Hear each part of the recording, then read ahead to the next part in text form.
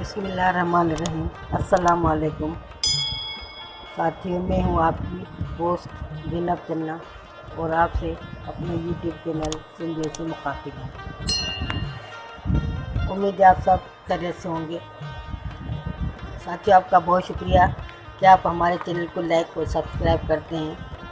हमारी हौसला अफजाई होती है और हम आगे भी कोशिश करते हैं कि हम आपको अच्छी और मालूमाती ऑडियोज़ पहुंचाएं। अगर आप हमारे यूट्यूब चैनल पर भी नए हैं तो हमारे चैनल को लाइक सब्सक्राइब कीजिए और साथ लगे बेल आइकन को प्रेस कीजिए ताकि हमारे नए से नए ऑडियो वीडियोस और नोटिफिकेशन सबसे पहले आप तक पहुंच सके। साथियों, हम मुसलमान हैं और हमारा नमाज और कुरान पर ईमान है। वादात सबसे पहली हमारी जो इस्लाम की पहली शर्त है वो है वहदानियत, यानी अल्लाह एक है। और अल्लाह ने इंसान की रहबरी और रहनुमाई के लिए कुरान शरीफ को नाज़िल फरमाया। तो आज इसके बारे में मैं थोड़ा सा जिक्र करूँगी अपनी नॉलेज के मुताबिक। उम्मीद है आपको पसंद आएगा। कुरान किस लिए नाज़िल किया गया था?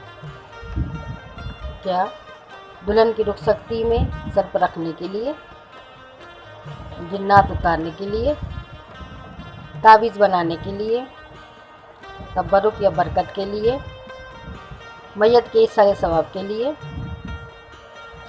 बिना समझे तोते की तरह पढ़ने के लिए, या फिर कुरान का मकसद ये था कि इसे समझकर इस पर गौर व फिक्र किया जाए, इसकी हिदायत को जारी कर अपनी ज़िंदगी को इसके मुताबिक बनाया जाए। कुरान के बयान के मुताबिक इस किताब की हिफाजत का ज़िम्मा खुद अल्लाह रब्बुल इज़्ज़त ने अपने हाथों में लिया है। लिहाजा हम यहूद व नसार की तरह इसके अल्फाज को तो ना बदल सकते और ना ही इसमें ज़ेर ज़बर का फ़र्क कर सकते, मगर इसके हकीकी मकसद को हमने बदल डाला है।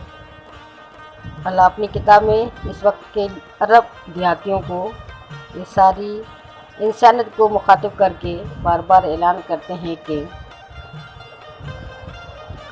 वलक़द यस्सरनल कुरान लिज़िक्रि फ़हल मिन मुद्दकिर। हमने इस कुरान को नसीहत के लिए आसान ज़रिया बना दिया है।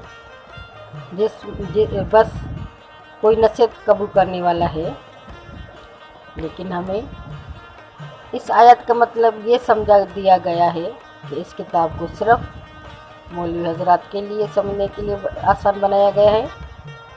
हम सब रसूलुल्लाह सल्लल्लाहु अलैहि वसल्लम की शफाअत के मुतमन्नी तो हैं, मगर क्या आप जानते हैं कि कुरान हकीम में सूरह अल फुरकान में अल्लाह रब्बुल इज़्ज़त बताते हैं कि इस दिन रसूलुल्लाह सल्लल्लाहु अलैहि वसल्लम अपने उन उम्मतियों के बारे में अपनी नाराज़गी और दुख का इज़हार करेंगे जिन्होंने कुरान पर अमल करना और इस पर गौर करना तर्क कर दिया है।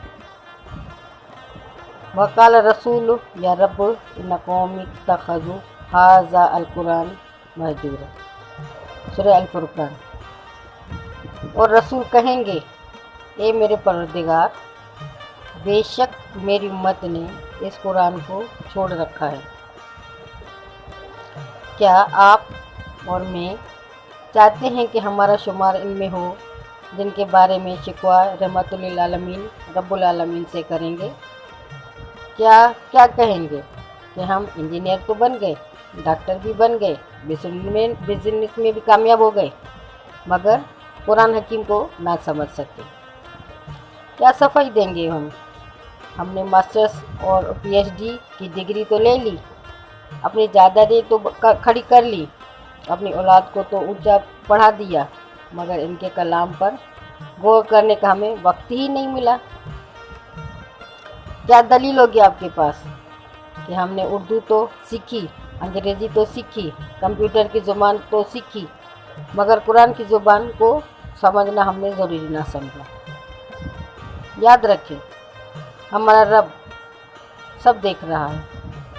इसने ये दुनिया इम्तिहान के उसूल पर बनाई है। हम इतने लाडले नहीं हैं जो हमारा हिसाब नहीं होगा। अभी वक्त है, सांसें चल रही हैं, जाग जाएं, बहाने तराशना बंद कर दें और इस किताब पर गौर और फिक्र कर को अपनी तरजीह अव्वल बनाएं और इस पर अमल करें, खुद भी करें, औरों को भी कराएं, अपने बच्चों को भी करवाएं। उम्मीद है मेरी वीडियो आपको पसंद आई होगी, तो कमेंट में अपनी राय से आगाह कीजिएगा।